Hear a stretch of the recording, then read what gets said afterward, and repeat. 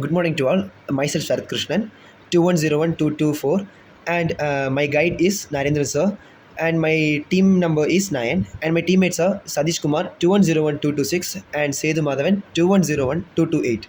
And our project title is SSVP detection and visual response mapping using BCI for glaucoma. So first, what is SSVP? SSVP is steady state visually evoked potential. So visual response that is caused by the stimulus of the flickering objects that is detected by our eyes. Okay, and what is meant by glaucoma? Glaucoma is nothing but it's a group of eye disease, and that's a leading disease, second leading disease in our world, and it is mainly caused due to the age group, increased aging, or it may be caused even in the smaller age, and it is also known as vision thief. Like it may come at any age and it may cause to complete blindness. So we have provided a solution using SSVP. So first of all, let's just have a comparison between the normal EEG data and SSVP data. So in the first, we have used an SSVP data, and we have taken 14 channels for SSVP data, and for EEG we have used just 8 channels.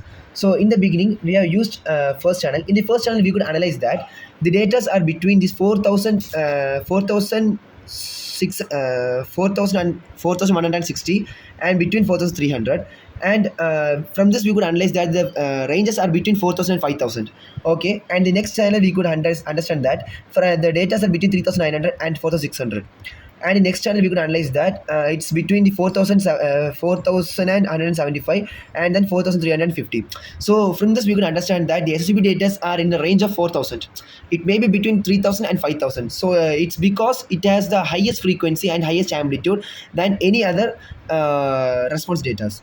And next, let's look at the channel 4 and channel 5, and same, it's nearly at 8,000. And next at channel 6, it's at 4,300, and next 4,800 and 4,300, 4,325 and 4,280, and next channel is 4,280, and next is same 4,280, and next is 4,280, and the last channel it consists of 4,300. So from this we could understand that the SSB data are always between 3,000 and 5,000 range. As I said, it's due to its highest frequency and highest amplitude than any other EEG data. And now let's compare the EEG data. As I said, I have used 1 to 8 EEG channels. So from this we could analyze that in the EEG channel we have a range from minus 200. Okay, from minus 200 to 1,400. Maybe it may be an outlier value, because since we have taken. Okay, now let's compare the EEG data, and EEG data are between 1,400 to minus 200. So from this we could analyze that the data are just below the value of 2,000, and maybe it may be an outlier value since we have taken the reading from a noisy place. There may be an outlier values. So the 1,200, it may be an outlier value, we don't know.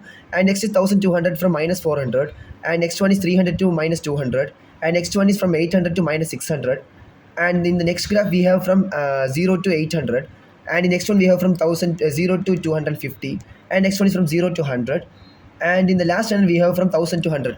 From this we could analyze that the EEG data may be from between 1,500 uh, and in between in the negative value of 1,200, or it may be even from 0 to 100. Okay, however it is between 1,200 to 1,200 to minus 200.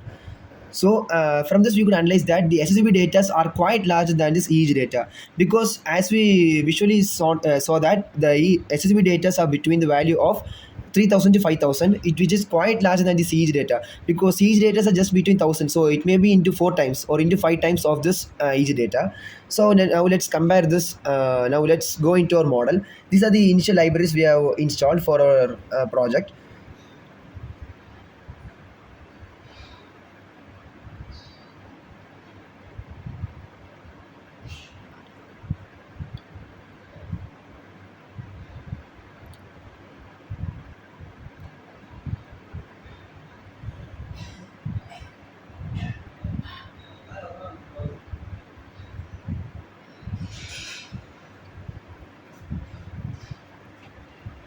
Okay, now we have our model, and in this model we have imported torch, And in this, I have created a class of multitask SSB because we are using a multitask learning algorithm in our project. Since we are not handling with a single piece of data, we are using multitask learning algorithm. In this multitask learning algorithm, many data are learned at the same time, so that we have maybe more than 1,000 and 2,000, 5,000 values. So we cannot just how to say we cannot just train it or learn it in a like by each data. So we need multitasking. We need to task in a multitask manner in order to complete this project. So we have used four convolution blocks. In that, convolution 1 and 2 are basically used for feature extraction. Okay, in this convolution block 1 and 2 are used for feature extraction, and I have set the filter to 0 and the kernel size. And I have set the kernel size in the initial stage itself, like kernel window SSP is equal to 59 and kernel window is 19. And I have set dilation in the kernel 3 and 4, and this kernel 3 and 4 are for feature learning. Okay, in that stage I will understand the features of this data. Okay, in this feature learning data I have kept dilation. Okay, you can notice that we haven't used a dilation in the convolution 1 and 2 because it is used for just extraction, and in the dilation we are used in dilation for learning because we need to increase the margin size in order to allow the data. So we are using the dilation here. And then we are used for the each blocks convolution 2D blocks. In the convolution 2D blocks I have assigned the values and so on. And next, in the multitask learning algorithm, I have called the multitasks, and these are the functions I have used. And then in the initially I have set for the model, like I have used number of channels are 11, and then number of classes are 40. And then I have used signal length of 250. Okay, these are the predefined values that are given by me. As I said, I have used 11 channels. As you could note, I have used 14 channels, but I have just used 11 channels in this model. I couldn't use 14 channels on the whole. And then we have got a result of torch size of 211, 250, and then 242. That's the input was 2 rows, 11 columns, and 250 pages, and the output we received was 2 rows and 40 columns and 2 pages. So from this we could analyze that we have provided a huge amount of data, like we have included a 250 amount of page for the input, and we have received just 2 pages of the output.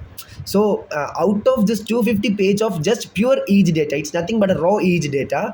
Out of 250 EEG data we have provided, we have got just 2 pages of absolute SSB data. Okay, that's absolute SSB data. I said the SSB data are extracted by its frequency length and by its amplitude. Okay, and this is a visual representation of the raw EEG data we have provided. As we could see that there are some darker dots in that heat map I have provided. The darker dots mean that those are the SSB data in the whole data set.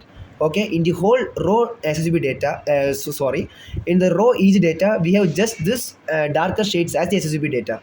Okay, as we come below, these are the 2 rows, 40 columns, and the 2 pages that are received as the output from the model. Okay, that means this is the absolute SSB data from the whole EEG, that is from the raw EEG data of 250 pages. Okay, then as we come below, I have just segregated the dark and lighter shades. Okay, because as I said, the darker shades mean that the highest frequency and highest amplitude, whereas lighter shades or weaker shades means that it has the lower frequency and lower amplitude. Okay, so here I have data visualized that out of the whole EEG data, okay, out of the whole raw EEG data, we have just this amount of SSB data. Okay, because it's darker shades, as I said, darker shades are SSB data. Okay, so these are just SSB data of the whole data set, and as we come below, these are the non SSB data of the whole data set. Okay, these are non SSB data, so these are this just some other data, because since we are taking the data for EEG, it doesn't include just SSB data. It includes many kind of brain signals that has been passed. Okay, it also like EEG data consists of many signals, it also includes SSB data. So these are the SSB data and these are the other data. Okay, and next in this again I have segregated from that SSB data. Lighter shades and dark shades are segregated again from the data, and I have received these data. Like even in this we have darker shades of less and weaker shades we have a huge amount of data, like nearly from 30 to 40, and the darker shades are just within 9 to 10. Okay, and I have visually represented the darker shades. As we see, the darker shades are just a few amount of like 1, 2, 3, 4, 5, 6, 7, 8, 9. As I said, there are only 9 datas. Like out of that all SSB data, we have just 9 darker shades. So as I said, the darker shades means that highest frequency and highest wavelength. That means it has the highest stimuli. That means it's only part we could see. Okay, out of the whole SSB data, the higher frequency means that it's the only part we could see. And and just look at the SSB data of weaker shades. It's a huge amount. It's of huge amount. So that from this we could analyze that from the whole row each data we have extracted SUV data. From that SUV data we have extracted the vision and non-vision sites. So these are the non-vision sites. So comparing to the darker shades, the lighter shades, weaker shades are far more than that.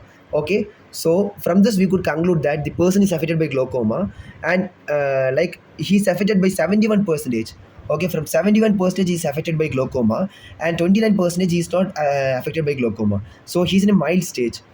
Okay, but there is a cure only at the early stage. Okay, in the mild stage there are some precautions that will be taken, but it is very good to find it in the early stage. So that's all about my project. And let me explain that why we are just approaching this, because there is a pre-test known as SAP test, that is standard perimetry automated test. That's just a great failure in this detecting SSCP. Sorry, that is a great failure in detecting glaucoma, because that test that takes nearly 45 minutes for each eye. So just think of 2 eyes. So it may take nearly 1.5 hours for testing glaucoma. But whereas our model could analyze it in within 20 or 30 minutes, but we have to just receive this SSB data in the initial stage. Like we have to receive the each data. There may be initial setup may be of huge cost, but later on the efficiency is of 100 percentage. Okay, thank you, ma'am.